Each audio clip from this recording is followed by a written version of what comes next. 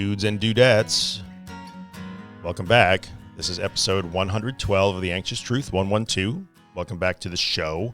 I hear so many podcasters call their podcast a show. I don't think I can call this a show. It seems like a show should have singing and dancing, or at the very least, like stand-up comedy.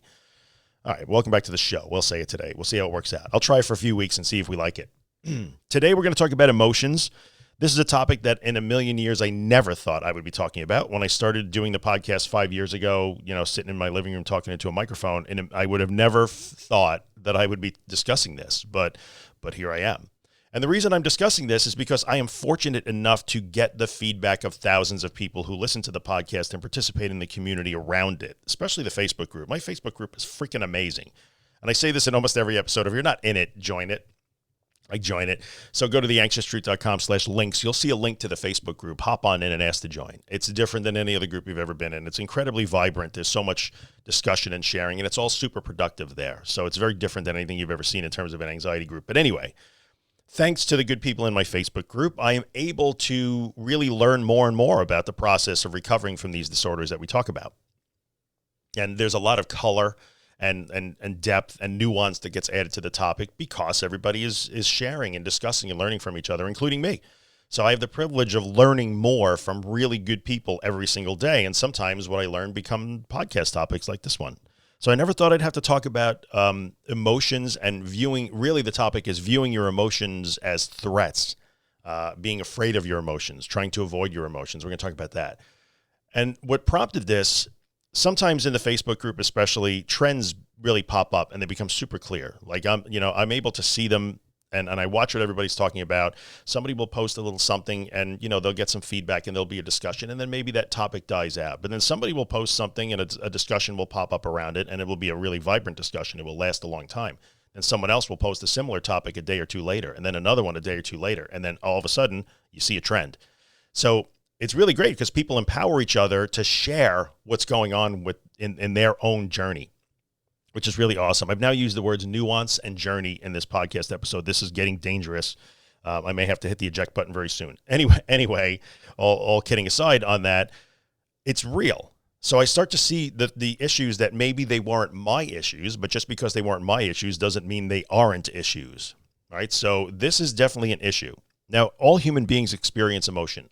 We all do. That's just the way life is.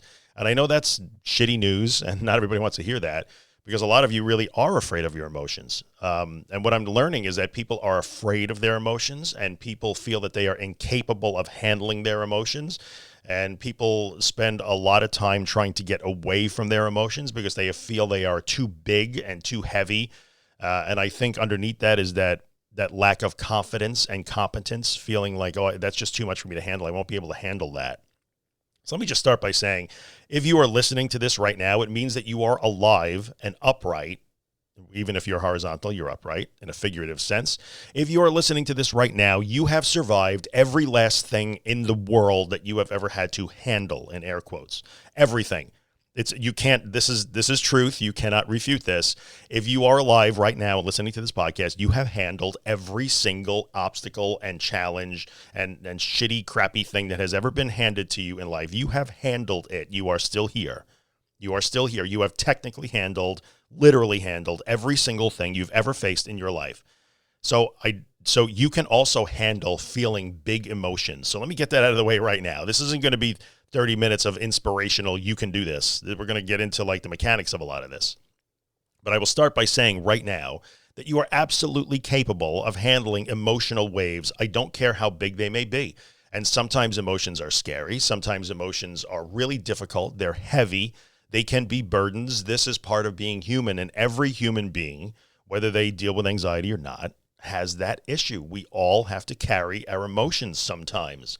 We have to feel them. We have to go through them. We have to process them. Whatever words resonate with you, this is part of the human condition. And in many, many ways, feeling emotions is a gift. Life without emotions would be horrific.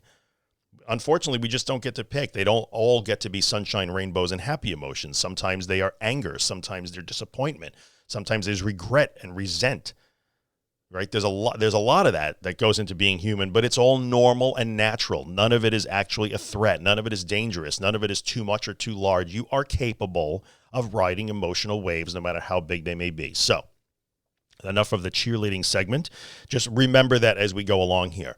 What I'm talking about is the fact that so many people add complexity or have complexity added to their anxiety problem and have recovery made more difficult from an anxiety problem, right? Anxiety recovery becomes more difficult when there is fear of emotions, not just dislike, because a lot of, I don't like feeling sad. Nobody likes that. Okay. We can accept it. We know that we have to deal with it from time to time, but we don't have to like negative emotions. We don't. You're not required to love them. That's okay.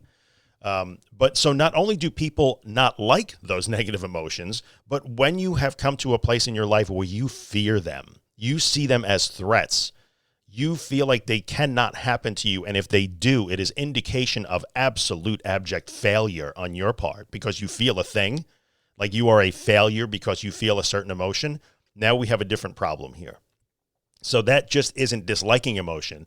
That just isn't struggling to get through negative times and hard times in life, which everybody does. That is actually taking the emotion itself. Okay, so let's break this down a little bit because that's what we do here. So now you are experiencing an emotion of some kind. Let's use sadness as an example here. So now because it's one of the things that seems to be the biggest trigger for most people. They are experiencing sadness and therefore they are failing. So looking at heavy emotions or big emotions, not only as disasters, as things that are threats, things that must be avoided, things that you fear, but these emotions are also seen as failures and indicators of much larger problems just because you're feeling them.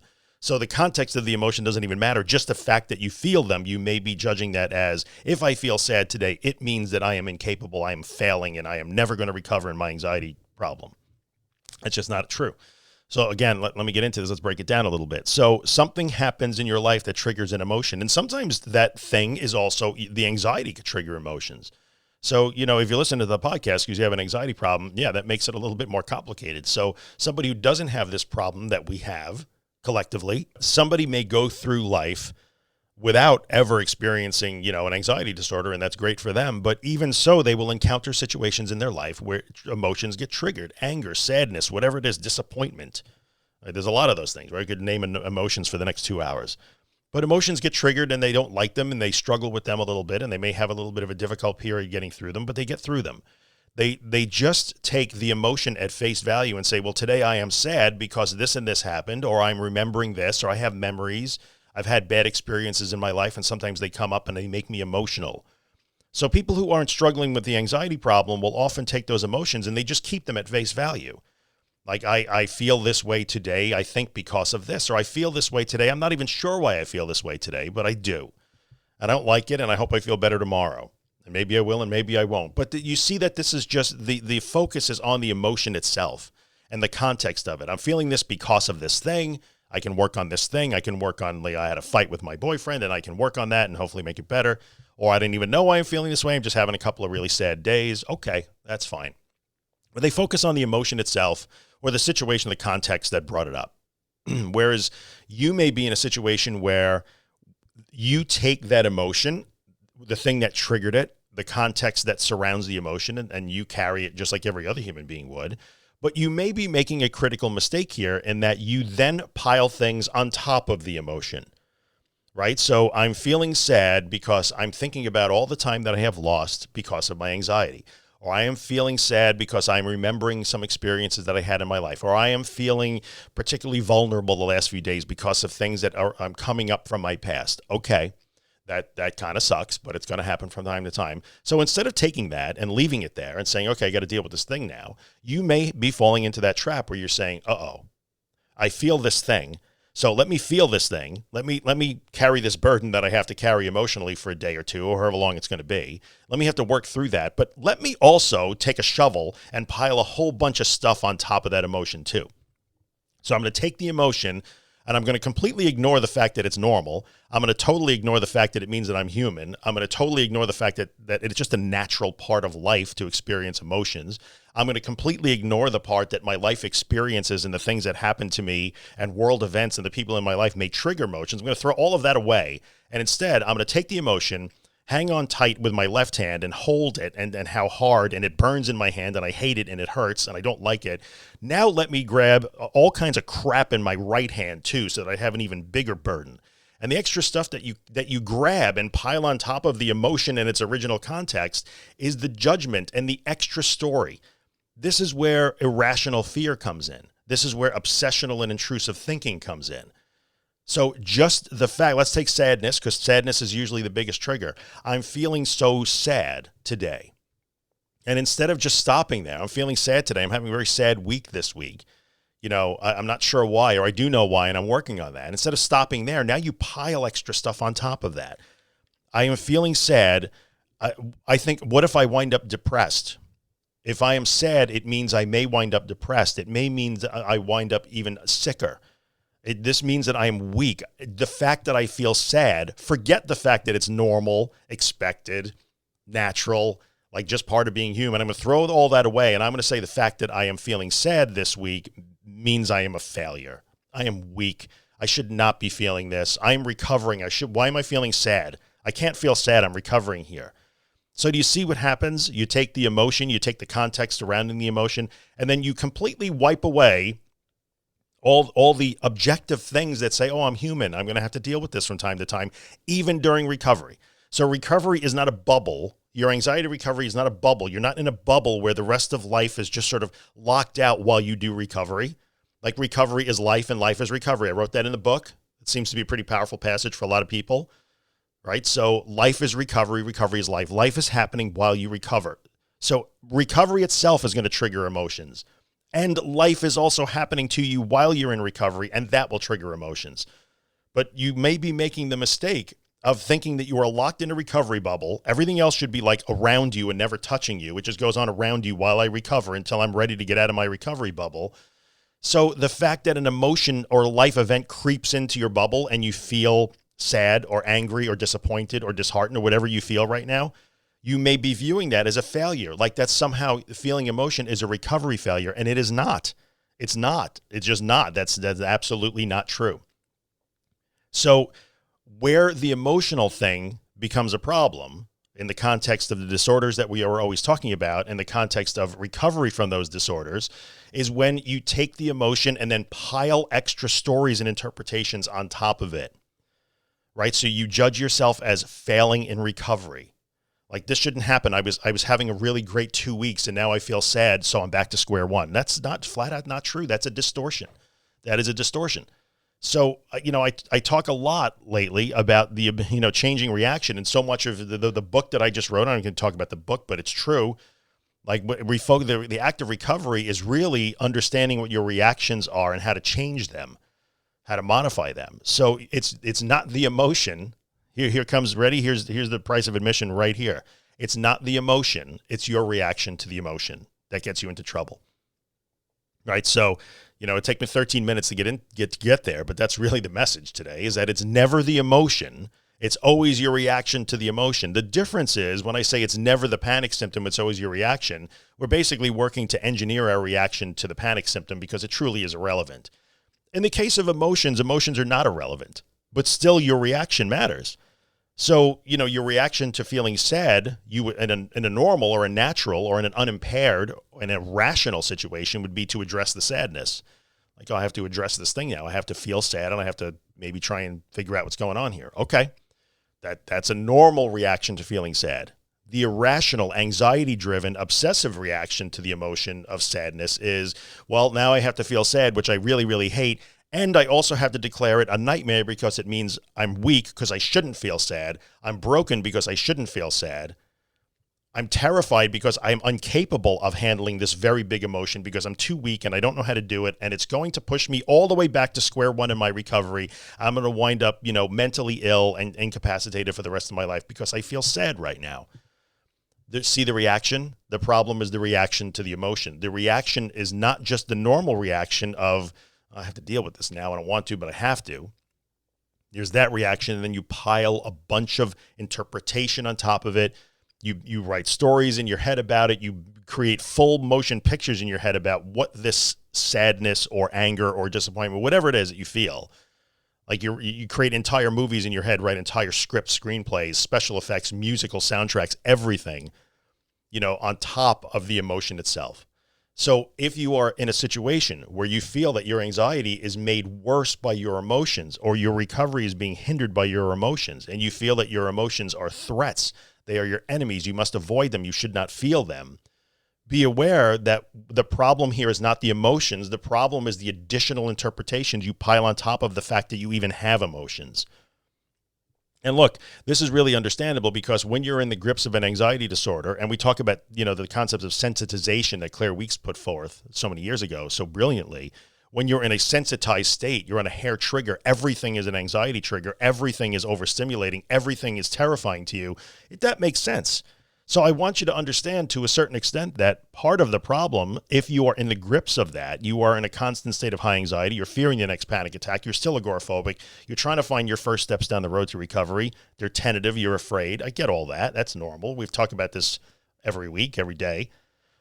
So look at emotions as just another stimulus, like your fast heartbeat or feeling dizzy or a tingly foot because you crouched too long in the garden and now that tingling in your foot is triggering all kinds of like horrible catastrophic thoughts. So in the end, I want you to consider that your emotions are the same kind of stimulus as your panic symptoms and your anxiety symptoms. They're the same thing. And people talk about it all the time, like what triggers your anxiety and your panic? Oh, anything, a loud noise, the phone ringing, a cloud going over the sun, a change in temperature, an odd taste, like anything can trigger panic and anxiety. Well, emotions are also stimulating. In fact, emotions could be incredibly stimulating. So I want you to look at the fact that you are experiencing normal, expected, natural, common, not dangerous human emotions as yet another anxiety trigger. And your reaction to those emotions is pretty much the same. It's in parallel to your reaction to all your other anxiety symptoms. So not only am I going to feel a little bit disoriented or disequalized or dizzy today, but I'm going to call that a nightmare for which I may need some sort of life-saving assistance. Well, same thing. I feel a little dizzy today. It's a nightmare. It's horrible. I can't leave my house. I can't do anything, which is not true. We talk about that all the time. But now you actually do the same thing with I'm feeling sad, so that means I'm broken, I'm weak, I'm never going to recover, I'm back to square one, this isn't working, I don't know what to do, I'm going to wind up depressed. All of those things. You see, it's the same thing. So it's not the emotion. The emotion is just yet another stimulation to a sensitized person that triggers that fear response and that irrational, obsessive thinking response. Let me build a story on top of this already crappy thing. Like if we draw a parallel between emotions as a threat and emotions as your enemy, and your anxiety, the physical symptom of anxiety and panic as threats and enemies, which you all consider them enemies. I know you do. Like they're the same as the racing heart. They're the same as the dizzy. They're the same as the feeling that you can't breathe. They're the same as all of those things. The sense of impending doom, all of those things. Your emotions, you're viewing them exactly the same way. They're all in the same bucket. So whether it's a racing heart or a feeling of sadness, it's the same thing. It's a nightmare. It's a disaster. I can't feel any of this. I'm not able to feel any of this. This needs to go away. But that's not true. That's not true. So I want you to realize that if you are in a situation where in the context of your anxiety disorder and recovery from that disorder, if you feel that your emotions are threats, they are your enemies, they make your anxiety worse, and that they are indicators of some much larger problem that you will never overcome, or a larger problem that is looming, it's coming for you.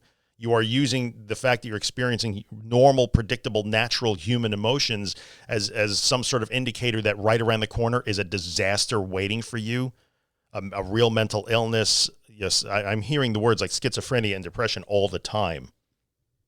Like this is just, it's too much. I can't handle this emotion. What if I snap because of this emotion? And that's just not a thing.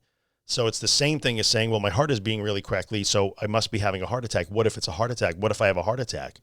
Like, it's the same exact thing. I'm feeling this intense emotion, so what if I snap and become schizophrenic or become clinically depressed forever for the rest of my life?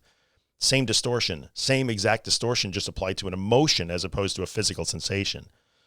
So when you are in a situation where you are viewing your emotions as threats, or your emotions as indicators that you are failing at recovery, that you cannot recover, that you are broken, or that all of your progress has been washed away by an emotion, you are making an incorrect and a needless judgment, just like you are with all of your panic symptoms that you've been working so hard on. And a lot of times that's the problem. Like, people have been making such tremendous strides with their panic, with their agoraphobia, with their monophobia, with their fears, those fears, right? So people get it. They start working on the one fear. They're doing their exposure. They're doing their stuff. And all of a sudden an emotion comes in. Uh-oh, I hadn't planned on that part. So this is a new thing that I can be afraid of, and I can react to it in an irrational, exaggerated way. So that's what goes on there. So I want you to take a little while and really think about that. Like, why right now are you so terrified of feeling emotions? Are you doing this? Are you running from your emotions because you view them as just too big and too stimulating and too hard, and are you writing stories around the fact that you even have that emotion? Are you thinking that you shouldn't even have it? Like, the fact that you feel a thing means that you are a failure or incapable? Like, think about that, because if you're doing that, you're just wrong. So we can address that just the same way that we address, the over exaggerated reaction to physical panic symptoms. You have to look at your reaction and change that. So when you feel sadness, you have built the habit of talking about that sadness as if it is this nightmare, and adding all that extra stuff on top of it, taking the context of the sadness, that's a burden enough. And now you just pile more dirt on top of it. And that dirt is, I shouldn't feel this. I'm broken because I feel this. I'm a failure because I feel this. I'm incapable of handling this.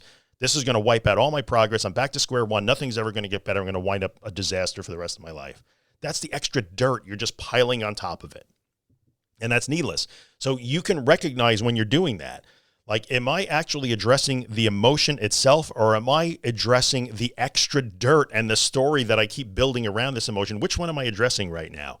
This is a good strategy. You can stop for a second and say, wait a minute, am I addressing my sadness, or am I addressing my disappointment, or my anger, or the feeling resentful or regretful? Am I addressing regret, or am I addressing all the stuff that I have glued to the regret? You could probably tease those things away. If your thinking includes this means, or what if, I'm buried in regrets over my past this week.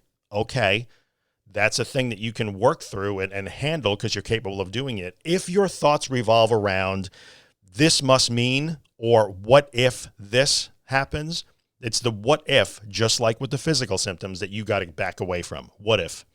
What if this means that I'm back to square one? What if this means that I did it wrong? What if this means, if you are dealing with the story around your story that you built around this emotion more than the emotion itself, you have to stop, put the brakes on, and say, oh, wait, I got to go back to focusing on the actual emotion. Whatever I can do about that right now, if anything. Or I just have to be able to be okay just sitting with that emotion right now. So let's move on to that.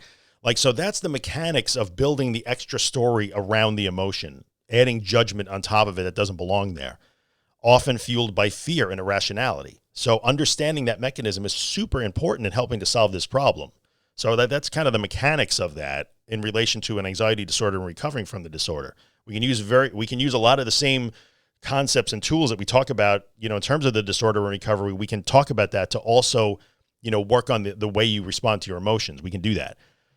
But now let's talk about, the second part of this, which might even be the hardest part, because what I just talked about there is kind of mechanical. But now let's talk about this thing that, underneath all that is just many people just have the belief that they are just flat out incapable of handling these big things.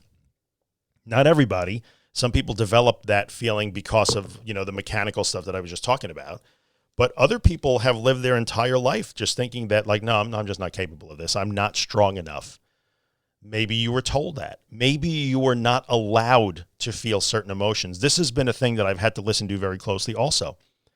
Many of you, unfortunately, and my heart goes out to those of you who are in this situation, grew up in a situation where you were strictly forbidden to express emotions, especially negative emotions.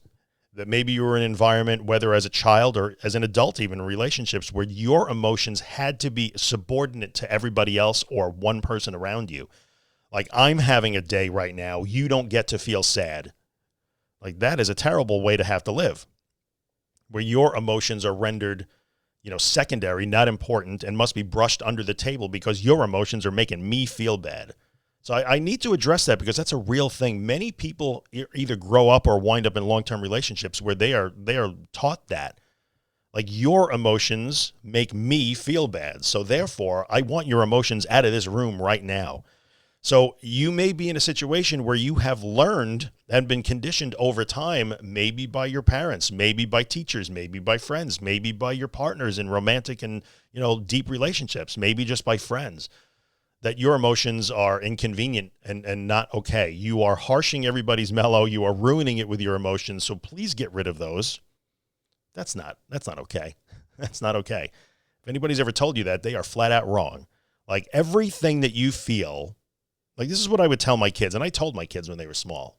It doesn't make me, father of the year. It's just a basic human thing that we all need to hear. Like, every emotion that you feel is a valid emotion. No one gets to judge whether or not your emotion is valid or not. Like, if you feel it, it is real. If you feel it, now, I know that's going to sound crazy, but I'm talking about emotions right now. I'm not talking, I feel like I'm going to die, so therefore I'm going to die. I'm not talking about that. I am talking about, if you feel sad, then you feel sad. You do. If you feel angry, then you genuinely feel angry, and no one gets to decide that you're not supposed to feel sad or angry. I can give you advice that says you don't have to follow the irrational feeling that you're going to die today, even though you're not going to. You don't have to follow the irrational fear that you will somehow lose control during a panic attack. You don't have to follow that fear.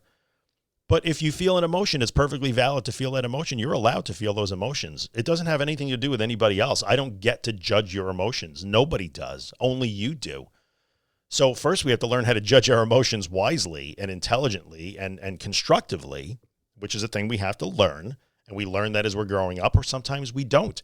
So I think in the end, and I can't believe that I'm actually, having this conversation, but I believe this in all my heart after listening to many, many people talk about this thing. Like, we learn as we grow, as children, as we become adolescents, young adults. We learn through experience. We learn, as we go through, that we are capable of handling emotions. Our emotions are valid. They are okay. We can handle them. We are capable of doing that. But if you have been in prolonged situations, whether as a child or even as an adult, where your emotions are invalidated and you are made to feel that you are not allowed to feel those emotions, and you never get the experience of actually dealing with them. You do not learn that you are capable of doing that. So if you feel that you are absolutely incapable of handling big emotions, or you see emotions as too big and scary, and you have your whole life, even outside of the context of your anxiety disorder, then you do have more wrinkle to deal with than maybe I did or other people do.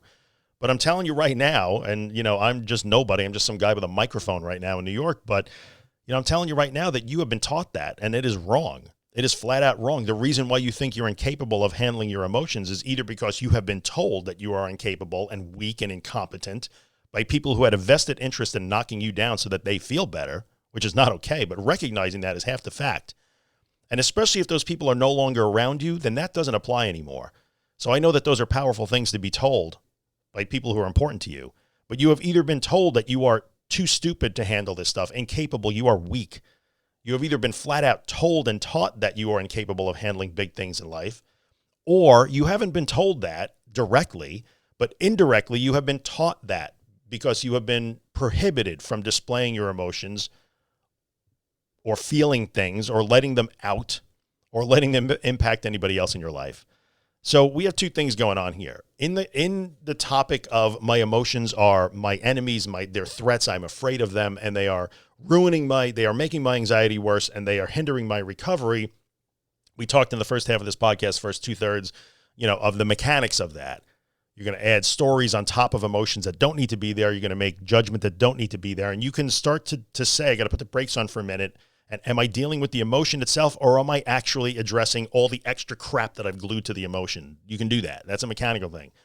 But underneath that all, if you have spent your entire life in your head thinking, I am incapable of handling big feelings, they will crush me, they will ruin me, they will roll over me, I cannot do this. You have either been told that over and over by people who should not have told you that, and they were wrong, who have either told you that you are weak, incapable, stupid, and you just can't do those things. You suck at life. That's not okay. And they had a vested interest in knocking you down to either make you dependent upon them or make themselves feel better. And sadly, the world is full of those people. So acknowledge that that could have happened to you. Or if you were not told that, you may have been indirectly taught that you are incapable of handling your emotions because you were never given the opportunity to do it growing up. So those are two big deals. Like if you feel that you have struggled with experiencing emotion and handling emotion your entire life and not just in the context of the anxiety thing we talk about, consider those two things. Now, I'm not going to claim any sort of expertise or ability to counsel in that area at all. All I can tell you is that I can certainly validate those two stories of people who have been told over and over again that they are weak and incapable and incompetent. And that usually is because somebody needs to knock them down to feel better, or that somebody needs them to be dependent, or people who have been indirectly taught that they are incapable of handling emotions just because they were never allowed to experience emotions. Your emotions make me feel bad, so get them out of here. And therefore, you never learn.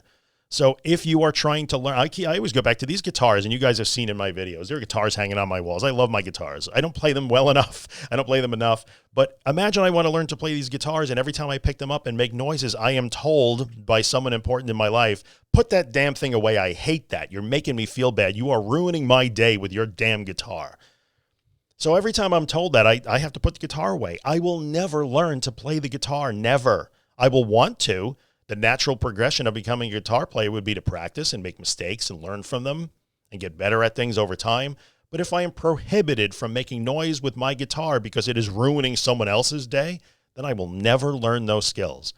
And if you have been told over and over in your life that your emotions are inconvenient to other people and they're making other people feel bad and you need to get rid of them, get them out of the room and hide them, then guess what? You were never given the opportunity to learn to play the guitar.